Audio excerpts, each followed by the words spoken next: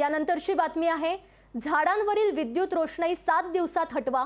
मुंबई महापालिकेचे सर्व विभाग कार्यालयांना हे आदेश दिलेत। मुंबई हायकोर्टाने फटकारल्यानंतर पालिकेकडून ही कार्यवाही करण्यात आली आहे। मुंबईतल्या झाडांवर करण्यात आलेली रोषणाई 7 दिवसात हटवावी आणि रोषणाई हटवण्यात येत नसेल तर तोपर्यंत दिवे बंद ठेवावेत, असे आदेश महापालिका प्रशासनाने आपल्या विभाग कार्यालयांना दिले। झाडांवरील रोषणाई हटवण्यासाठी 7 दिवसांची मुदत सुद्धा देण्यात आली आहे। हायकोर्टाने झाडांवरील रोषणाईवरून पालिकेला फटकारलं होतं आणि त्यानंतर पालिकेच्या विभाग कार्यालयांनी गेल्या सोमवारपासून आपापल्या हद्दीतील झाडांच्या खोडांवरील दिव्यांची माळ हटवण्यास सुरुवात केली आहे। मात्र